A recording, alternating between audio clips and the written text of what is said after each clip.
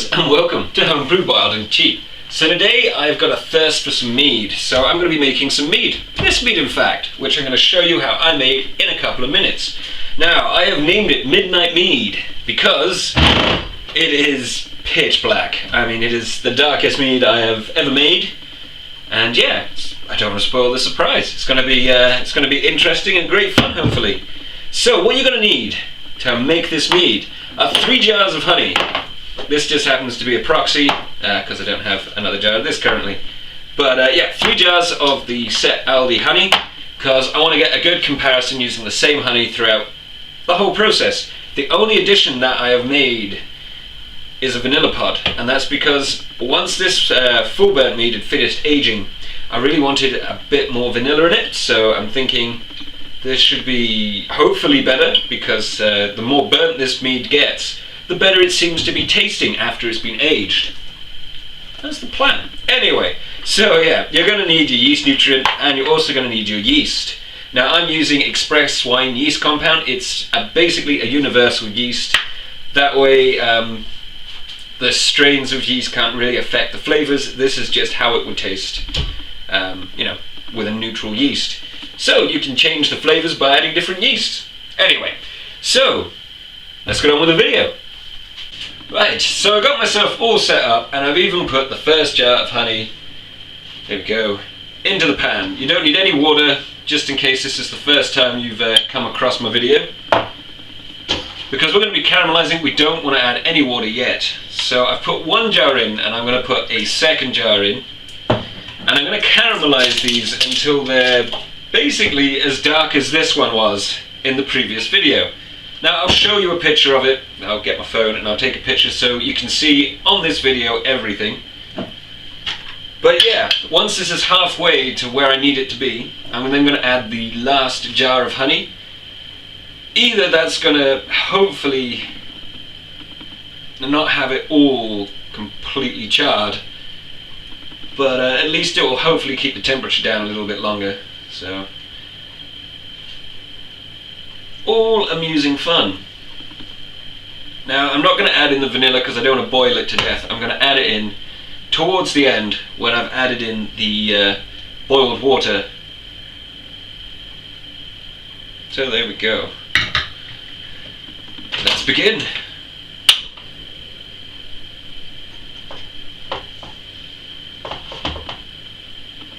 And I got some honey to chew on. Fantastic. So yeah, now it's just waiting. This is the bit I really do like the most. It's just when it's starting to come up to boil. You'll notice that you can see little areas down there just coming up to the boil. They're hot spots, so you can just adjust it by moving it ever so slightly. But yeah, this is when you've got to keep an eye on it. It's going to just start coming up to temperature and start caramelizing. And yeah, there's basically too much heat currently, so it's going to come up the pan. So we're going to need to adjust the heat shortly. Just start turning it down now, so I can see.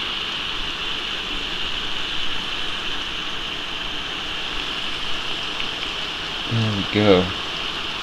I'm just slowly going down until you've sort of got an equilibrium. Or basically the foam just stays where it's supposed to be, which is right there. Not really purposely trying to burn stuff. Right, in it goes. The last jar of honey.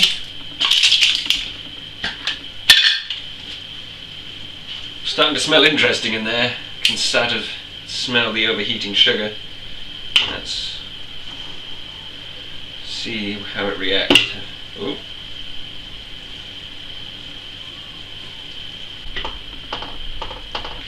In it goes. It looks pretty good, and it has cooled down a bit. That is pretty dark. Pretty dark as far as it goes, and we're going darker. You may be able to hear the extractor in the background. All the windows are open and the smoke detector had to be disabled. It is burning. It is pretty dark already. But yep, we're still going. I want this puppy black. This is actually fumes coming off. It is burnt. So says my house. It's a little smoky. So I am now going to do the good bit, which is, yeah, I'm going to add in the boiled water, which I got from my kettle, into this, and hopefully it's not going to spill over. Just a tiny little bit at a time.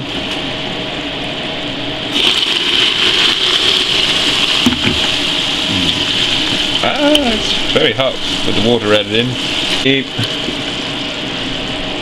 Just a little bit more. Till it stops doing that. That's basically when you stop adding in the water, the hot water anyway. So yeah, that is a pretty dark colour. So yeah, I'm just going to add some more water till it stops doing that. Right, the house is a bit smoky, but we are done. And yeah, it has stopped bubbling away, and it has formed a very nice, very dark syrup. And funny enough, it does have a burnt edge to it, almost as if it was burnt for quite some time. It's not unpleasant. So I've got my vanilla, which I'm going to now just add into the nice hot liquid. There we go. I can already smell vanilla coming out of it. So yeah, instead of doing my ordinary thing, I'm going to let the vanilla steep in this hot pan for around 30-40 minutes, just so it gets nice and heated through. I've left it to cool down for about half an hour with the vanilla steeped in it. It smells really good actually. It does have a burnt edge to it. I've got a bit of, it's really dark, so I'm going to take a little bit of this. It is very dark, so let's give it a taste. It's interesting because it is burnt, so you've got a burnt taste, and then you've got sweetness as well. And I can't taste any vanilla right now, but it is concentrate. So what we're going to do is we're going to put it in the demijohn, and it's a really simple process. So I'm going to put in 2 teaspoons of yeast nutrient. Since, funny enough, honey doesn't really have a lot of nutrients in it. It's very good for you, but not a lot of nutrients. Because we want a full fermentation, if it's not a complete failure anyway. So, skeptical, a little bit. So I've got my kettle, I filled it up with 1.6 litres of cold water, which I'm going to add in here.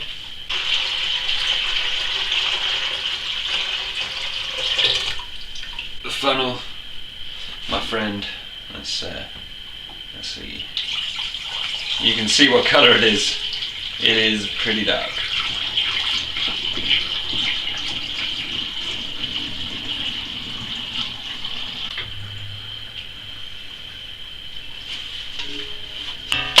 Oh no, we've got these bits of vanilla left in the bottom. I'm not going to waste them. In they go. Right, now I'm just going to top this up with cold water using this.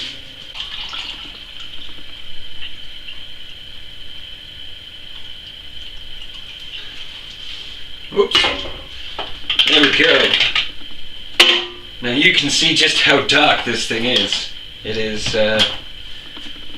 yeah, I'd say I got my goal of making it black. This was the previous one. This is what we got now. A little bit worried to see what we got, really. Just make sure it's all mixed around, and we'll grab the hydrometer. So the moment you've been waiting for, the moment I've been waiting for too, is what sugar content is this? What is it going to be? Oh, I know it'll be pretty high, I'm hoping. Since this is 4.5 litres, which is 1 gallon, and I normally use 5 litres, so this should be slightly stronger. Ah, there we go. So it is hovering at 12%. So just for you nerds that want to know what that is, it is about 1.074. So there you go. Yeah, going to be an interesting one. So, the yeast that I'm going to be using is just the Express Wine Yeast Compound. Mainly because I got it to hand, and yeah, I got it to hand. You can use whatever yeast you want, but this is supposedly just a neutral, doesn't do anything, and it contains everything, including some bentonite for clearing, so it is colourful. So in it goes. Now let's fill up our airlock. Stick on the airlock. Lovely. And yeah, basically we have now done, we have made extremely burnt mead. I have no idea. It is a novelty. It's going to be interesting to see how it tastes when it's finished, with the vanilla and of course the burnt notes. I think it could be quite good, maybe because you do char oak barrels for aging whiskies and stuff, so maybe we'll get something good from the burnt. Don't know. Your opinions and thoughts? We will find out, won't we? So, thanks very much for watching, guys, and I will see you in another video. Don't forget to rate, comment, subscribe, and of course share if you find someone that likes weird videos. Anyway, catch you later.